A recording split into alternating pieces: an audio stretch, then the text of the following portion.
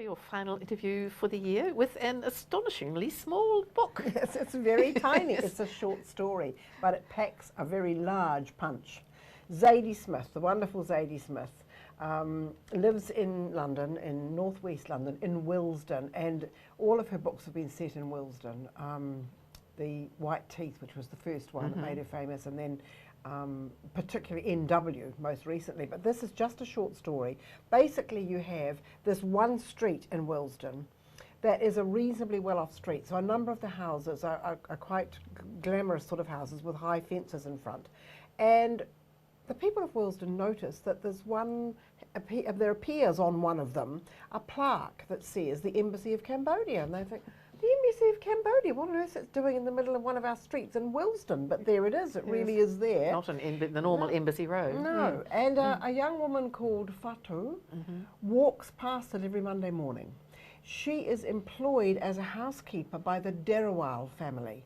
And the Darawal family are out every Monday morning. The father works anyway, but the mother's always gone every Monday morning. So Fatu borrows a visitor's pass to a health spa, which is down the other end of the road. So she walks down the road. The Darawals never know that she does this every Monday morning. It's a gorgeous, luxurious health spa with a fabulous swimming pool. And she goes and she swims. She's a very good swimmer. Length after length, 30, 40, 50 lengths every Monday morning. She walks past the Embassy of Cambodia, and all she ever sees, she pauses and watches every Monday, all she ever sees is the shuttlecock going back and forth. And it goes slam, pock. Slam, pock, and she's aware that one player is slamming it violently. Just see this over the fence. Just the shuttlecock over the fence. One player is slamming it, and one player is pocking it back gently. Yeah. And there's just layers and layers and layers of racial stuff, ethnic.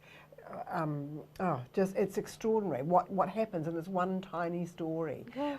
She makes a comment at one point that all we people in Willesden, when we first walked past that embassy and saw Cambodia, would have thought genocide. And it's just, what happens to Fatu is really interesting. There's a whole incident with a young man that she meets and has coffee with regularly, who is a religious fundamentalist who's trying to convert her.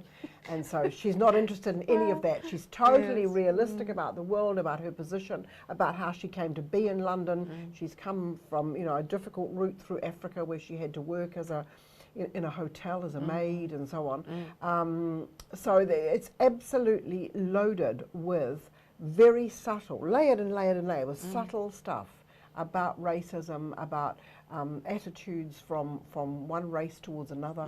And so this is presumably only a few thousand words long. So how unusual how many words? is it? 69 pages, but they're quite little pages. And in some cases, it's divided into little chapters. And in some cases, a little tiny chapter is either 2 pages, or in some cases only 1 page. So very unusual, this format. Do you think the publishers are sort of trying to see if there's a bit of a genre here that they can play with really famous writers like her? Possibly, yes, possibly. It's interesting because I do think that they've selected this one because they are aware that it is particularly good and it has huge impact, for so much is said in so few words. And so much is left for the reader to conclude.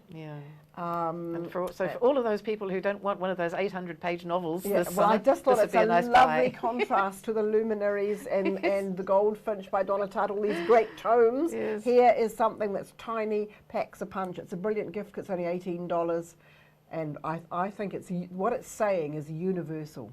Thank you very much, Carole Beu.